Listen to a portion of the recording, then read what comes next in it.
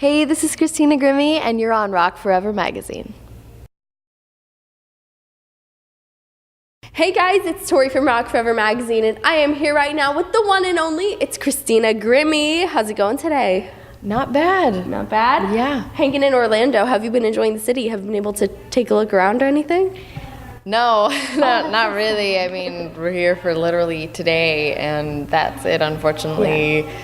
Because, tour, you got to keep, how it goes. Keep going, of course. Yeah. But. Well, at least you're hustling, doing something you love, right? Of course. Yeah. You're enjoying the tour? How's everybody been treating you? The tour is the bomb. And everyone is awesome. Like, it couldn't have been a more awesome tour. Good. The people on it are great. Oh, that's awesome. And every night's just been getting better and better. Yeah, it seems like it's good vibes between everybody. I mean, you've all been through the same thing. You were all on The Voice, which is something not a lot of people experience, so you could easily relate on that, I'm sure. Yeah? Yeah, definitely. And now that all that pressure is kind of off, we're just having fun now. Exactly. So, yeah, you know what? It's a lot more of a fun environment. Mm-hmm. The Voice was honestly one of the best things I've ever done. Like, hands down, most fun yet most stressful thing I've ever done. Yeah. But the tour now is kind of like almost kick back and relax, sort of, because we get to do what we love every single night, which is a blessing from the Lord. So. All good. Yeah, and it definitely helps you don't have the judges just staring you in the face. Yeah, that can help. That does help a little bit. Yeah. Well, we are going to do a few quick finish a sentence for you. So you ready to go? This is like the lightning round, I suppose. Yeah. So now, your go-to dance move is? Does my dance count? What's your dance? I don't. It's technically not a dance. It's actually making fun of the fact that I can't dance. It's called the Grimmie dance, and basically, it's not a dance. You just go like this. Oh and I've literally seen people in the audience of these shows doing that. No joke. There's two people in the front row going like this, and I lost my mind. I was like, "You are awesome! You are awesome!"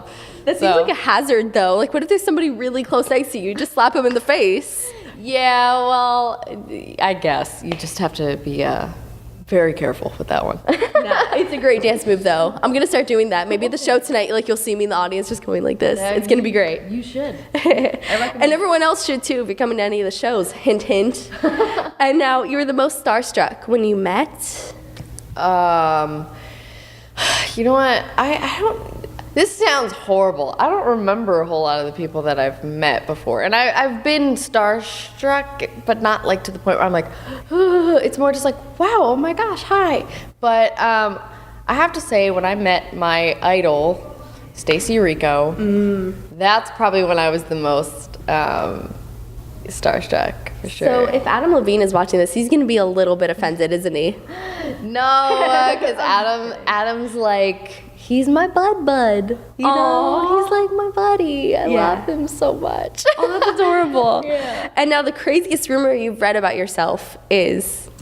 Probably that I was dead. I remember that was going around a while ago. And, I mean, no, a while ago isn't it, like, probably 2 years ago, people were like, it was all over my Facebook and my Twitter, and everyone was like, Christina Grimmie's dead? Oh my gosh, blah, blah, blah. And apparently, like, developed from, like, some forum thing. That's and, crazy. like, I was like, I had to get on there and be like, nope, not dead. She's like, hey guys, I'm back. No. I'm back from the grave.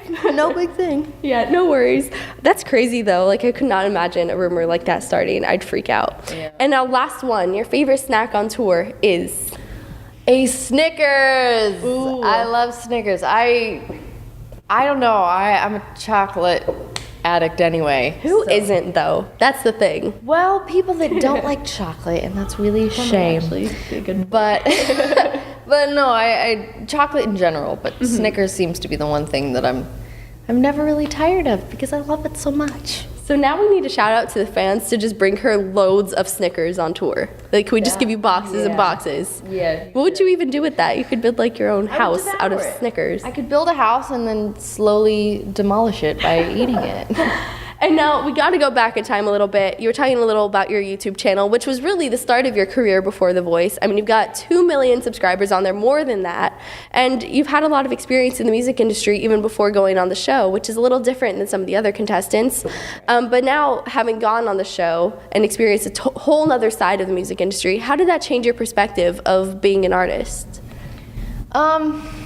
I mean, I've just learned a lot. I'm a lot smarter, I think. And I'm not saying I know everything, because I certainly don't. But, you know, Adam has certainly given me tips. I've seen how things work a little bit more than I would have had I not gone on the show. And, you know what? It's just, it doesn't change my decision on things. I mean, my moral values are all in place, of course. But I just see how... You know, I see how the inside works a little bit more. And it's interesting, you know? And The Voice kind of set me up to give me a bigger platform to develop myself. So I'm certainly developing myself as an artist even more so now than I've ever been, because now I have the avenue to do that, which is cool. Yeah. So yeah, I've learned a lot, you know? Yeah, I guess it could be totally different being a YouTuber because you're all on your own. So now suddenly having so many people to work with, including Adam Levine, what was the number one lesson you learned on the show? There's a couple, but I mean, for being on that show, it's just such a different environment through music in general. Yeah. It's just not your run-of-the-mill music situation, I guess, if you put it. So I think staying healthy, to be honest, is one of the biggest things. And you could say that for a tour too, because you have to make sure your voice is in shape. But you know, there's ways to get around it on tour. You know, like if your voice starts to break down on you or something like that, then, you know, there is ways to kind of get around that.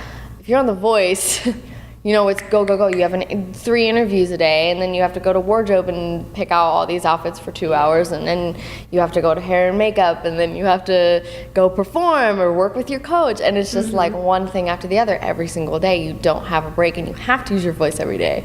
So, I don't know, there's just a lot of things that are very different from being on The Voice and then being off The Voice. Yeah. And I mean, like you're saying, on The Voice, you were practically working 24/7. And then even off the show, you had a very short break. And then you came onto this tour where you are currently doing press, like we are right now, performances, sound check, etc. So through all of the stress that can come with being an artist, what keeps you motivated? The fact that I like it so much. And by like it, I mean music, you know. I don't really... You have to remind yourself why you do what you do. And last night, for example, I had a couple fans of mine. Well, this one fan of mine gave me a little gift bag, you know, with like letters in it from people. And it's funny because I recognized her from Twitter and stuff. Oh, wow. So like I'm very familiar with these people. And it's just like I was just reading some of these letters, and it just reaffirms a lot about, you know, why I sing, other than the fact that I love to sing and I love to write music and all that stuff. But it's like I like to inspire people. I love to inspire people. And when I read these things about how I have inspired these people to sing or do what they love or even stay alive, you know, things like that, like, you know, by all means, that's why I like to do what I do, despite the barely sleeping half the time. I did jump right on this tour right after The Voice. True. So it was literally like I didn't even get to breathe because I went home and did a bunch of press and then, you know, came right on tour. But I love music. I'm terrible at everything else, so so I'm in the right business. Hey, I think you're pretty good at video games from what I've heard, though. You know, Zelda X Love. I love video games very much, and I am good at a few. I mean, but you're there. Seriously, if I couldn't sing or if I wasn't musical, I think I would be in the video game industry somehow. Hey, I think you could still do that. Maybe like a gaming channel once in a while or something. It's definitely like a side project of my music career. You know, like and everyone knows that too. You know, everyone's just like, you know, she likes video games, and you know, that's cool. I want something to be relatable about me, and that just happens to be a huge part of my life. So exactly. And now, going back to The Voice, now that we just got super off topic. Super off topic. It's okay, though. What was the number one thing that surprised you the most and the number one thing that changed the most throughout the experience for you? Surprised me. Staying on the show that long. Yeah. That's probably the number one thing. And I also just was really baffled at just, I don't know if baffled is really the right word, but by how much Adam really trusted me and respected me as an artist, you know? And, you know, I've watched the show before. I've seen him work with other artists, and he is a very passionate coach, but, you know, I was like, why me, you know? Aww. Like, why is he that way about me? And it was just a really cool experience being able to work with him. I read online that Adam had said that no matter where you make it onto the show, that he would sign you to his label afterwards. Is that true? It is true, but it's not something that I can really go into right now, because contractually I'm with The Voice, so I kind of have to do, I have to go with whatever label they have for me. But Adam's kind of like, basically what he's saying is, if all else fails with them guys, I've got your back. So That's amazing. So he's my buddy. I love him. Bud, as you said earlier. I seriously call him that. Oh my gosh, he must love that then. Bud. And now, before The Voice, you were releasing your own original music. The latest was With Love, which you released last year. Are there plans to release original music in the future? Is that something you're working on or thinking about? Yeah, I am. I'm actually recording my potential single tomorrow. Wow. So, Good timing to ask this then. yeah. No, I'm actually doing this thing with Pledge Music. I don't know if you've heard of it, but it didn't actually technically start yet, but it's going to in the next couple days. And I'm kind of launching like a pre-order for my single and my album, both of them. Wow. And more so the single because I'm on tour, so I can't really do anything with an album yet, but I will. So hopefully by the end of this year, I'll have hopefully an album out by that time. And so I have a lot of good things coming your way for sure. That's good. Very exciting. So you seem to be on a little bit of a mission to get this album out soon. So are you writing already? Is that are you in the process of that right now? I mean, it is very hard to write on tour unless you're just by yourself, which I've had not much time to do at all. But yes, I have been here and there when I can. I think of all my ideas at when I'm falling asleep at 12 or 1. Don't we all the best ideas when you're trying to sleep. I keep my iPod right on the bunk, in this little shelf thing, next to the bunk. My phone's at the other end, so I'm just if I think of anything, I just grab my iPod and write stuff down. Yeah. So that's what I've kind of been doing. Yeah. So I keep asking you questions about the music, but I'm just so excited about it that I got to. But how do you want it to compare to previous releases, previous work? Because now a lot has changed since The Voice. So what are you thinking is going to be different about this? You know what? I love music, I write the music. People can put labels on it all they want. Oh, this is pop. Oh, this is rock. Oh, this is blah, blah, blah. And, I am a pop singer for sure, but I like to toy with so many different elements of music. And I love the R&B. I love EDM. Yes. And I kind of want to just have fun with that and see what happens because I'm an artist, I'm not I just want to do this style or I just want to do this, which is the problem with a lot of people today is they're too confused, and that used to be me, but now I've narrowed myself down a lot, and I think, I love electronics, so I want to kind of, do that and dig into that more than I've done before because I haven't really a lot. And I also, it's kind of the singing, it's kind of like Titanium, maybe, a little bit. If I could compare it to anything, which I would hate to do. Well, I love that song, so. But, well, yeah, I mean, no promises, but that's kind of what I'm into right now. Yes. So. And what's the future looking like for your YouTube channel? Is that something you're going to continue pursuing, or what's going to be up with that? Well, the good thing about a YouTube channel is you can do whatever you want with it, and I'm not abandoning the channel, of course. That's where I started.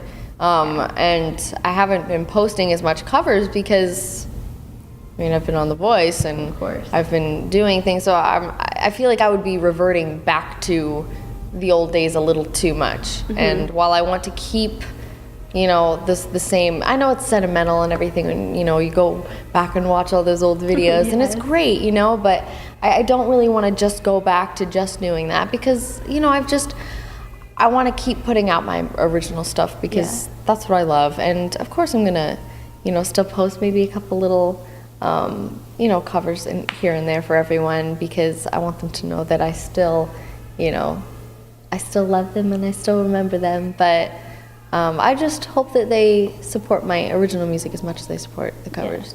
It's good to hear, though, that you're moving forward. You know what I mean? You're not wanting to backtrack to where you were. You know, you're progressing now with The Voice and everything that's happened this year. Yeah, and we got a fan question here from Josh asking your favorite hard rock or metal bands. I guess this is Rock Forever Magazine, so it's appropriate. Yeah, well, rock music was actually some of my favorite music growing up. So I think Metallica was one of my all-time favorites. And Led Zeppelin, because Robert Plant is one of my favorite singers. Yes. So. Oh, good choices there. Yeah. And what are your plans for right after this tour? I know you're starting to work on the new music, but is there anything else you want to share with people that's coming up?